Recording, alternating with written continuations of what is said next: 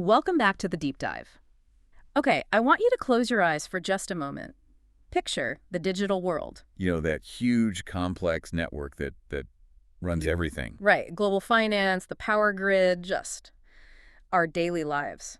Now imagine that whole thing speeding up. And we're not just talking about data flow, we're talking about the speed of conflict. Exactly. That's the scene we're setting today. It's this sort of hyper-modern and frankly slightly uneasy backdrop for our conversation. Because it's really no longer a question of if you'll face a cyber incident.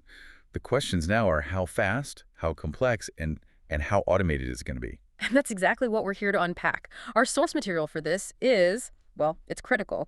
We've got exclusive excerpts from the Global Cybersecurity Outlook 2026. And this isn't just theory. This is a global temperature check. It's what actual decision makers are thinking and seeing on the ground. Our mission today is to give you the shortcut. We want to give you a clear, structured way to understand the three big foundational shifts that this outlook identifies. And to show you exactly how advanced AI is just fundamentally changing the entire playing field for leadership and for resilience all over the world. This is really the essential knowledge you need to get ahead of where tech and risk are going over the next couple of years. Sure. But before we dive into those big global numbers, let's just set the stage on why policy is so critical right now. I mean, if the threats are getting smarter and faster, then our rule books, the very structures we use to manage that risk, they have to get smarter too. Oh, absolutely. When the speed of conflict goes up like this, relying on old, rigid policies, it's basically a guarantee you're going to fail. Proactive policy has to be the bedrock of resilience now. It has to be. And on that note, we do want to thank our sponsors for helping us make sense of all this. We really appreciate the support of www.generatepolicy.com. They are a vital resource for anyone trying to navigate and generate effective policy in these really complex environments. A very necessary tool right now. Okay, so let's unpack the report itself. Before we get to the findings, we have to talk about the scale. We're calling this a global consensus, and I think we need to back that up. We have to. Yeah. And look, this isn't some small regional survey or, an IT department checklist. Right. The findings are based on responses from over 800 senior executives. We're talking CEOs, CISOs, risk officers. And that's a key detail, the CEOs and risk officers. It's crucial because it tells you right away, this is not just an IT problem anymore. This is a board-level, economic-level concern. And it spans over 90 countries. So if you're a manager or, anyone trying to figure out where to put your budget or what risks to focus on, this report really cuts through all that noise. It shows you exactly what management teams from, Tokyo to Toronto are prioritizing right now. It's a truly unified global view. And that unified view, well, it leads us straight to the single most dominant finding in the entire report. And this is the piece of data that really shocked us. Imagine asking those 800-plus leaders one question. What is the single most significant factor driving cybersecurity change right now? The answer they got, it's pretty close to unanimous. I mean, it is the defining statistic of the 2026 Outlook. Go on. 94% of leaders say that AI will be the most significant driver of cybersecurity change this year.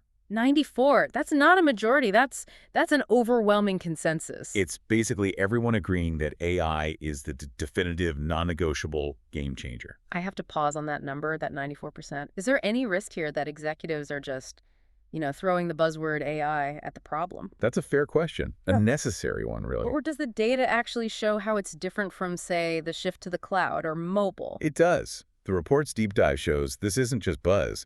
It's because AI, especially generative AI, changes the speed and the scale of threats. Okay. In a way that those previous technologies just didn't. Take phishing, for example. Yeah. Right. The classic example, the old standard was that, that email from the Nigerian prince. Yeah. Super easy to spot. Exactly. Low sophistication. But now, the report shows how attackers are using generative AI to automate these incredibly personal attacks. So it's not a blanket email anymore. Not at all. And AI can scan LinkedIn for your job title, your work relationships, even your writing style, and then it can auto-generate thousands of personalized, grammatically perfect emails. Emails designed to exploit your specific role or your contacts. Instantly. An attack that used to take a team of social engineers months can now be deployed at a massive scale in seconds. Wow. So the personalization and speed, it jumps from a few targeted attacks to just automated global hyper-specific campaigns. That's why 94% of leaders agree that unanimity, Yeah. it signals a massive economic and strategic pivot point for everyone. And the main result of this shift, this is what the report calls the accelerating cyber arms race. The speed of the conflict is now machine-driven. And that idea of acceleration, that's the key takeaway for you. We are not talking about human-paced events anymore. Not even close. But what does that acceleration actually look like? In practice, how is AI playing both offense and defense at the same time? And that's the paradox. It's the dual-edged sword that the Outlook describes over and over. Okay. Yes, it is absolutely strengthening defense.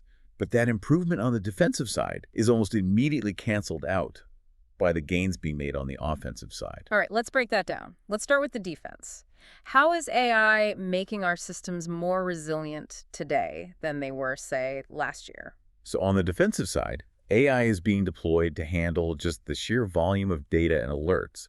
It's being used for automated, real-time threat detection. Based on behavior, not just old signatures. Exactly. It's looking for deviations from the norm, and crucially, it's helping security chiefs prioritize and automate patching across these huge, sprawling networks. Way faster than any human team ever could. Far faster. So, yes, defense is getting stronger. That is a fact. Okay, but if our shield just got stronger, what is the sword doing to match it? The sword is getting razor sharp. And in many cases, it's getting invisible. What do you mean? Malicious actors are using large language models to find new vulnerabilities faster than security researchers can. They're scanning these complex corporate networks instantly to map out every single weakness. And the malware itself. That's the biggest shift on the offensive side. Yeah. AI can now rapidly churn out unique custom malware variants that constantly morph to evade detection. So it's not really an improvement. It's more of an escalation that kind of leaves us back where we started. Just operating at a much, much higher and riskier velocity. Right. Think of it like the new self-driving cars. They're designed to be safer and faster, right, to reduce accidents. Here. But if a single line of code in that autonomous system is flawed, the vulnerability is catastrophic. And it happens at speed and at scale. And that's the complexity that leaders are grappling with.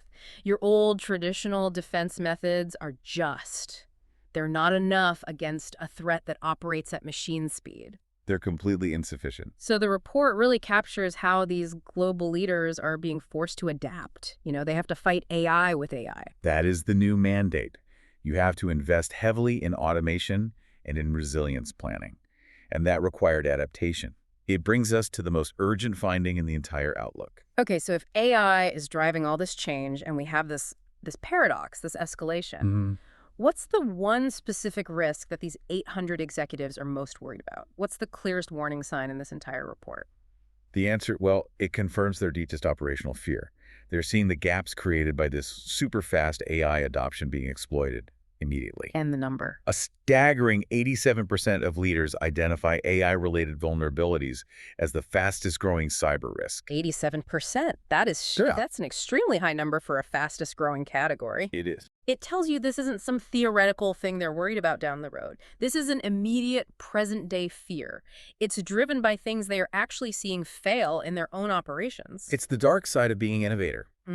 Organizations are racing to integrate AI, LLMs, autonomous systems, to get a competitive edge. Of course. But those brand new systems, they often introduce these unforeseen, non-standard vulnerabilities or misconfigurations. And the attackers are finding them faster than the defenders can patch them. Much faster. So the vulnerability isn't just about the AI's output like a buggy chatbot.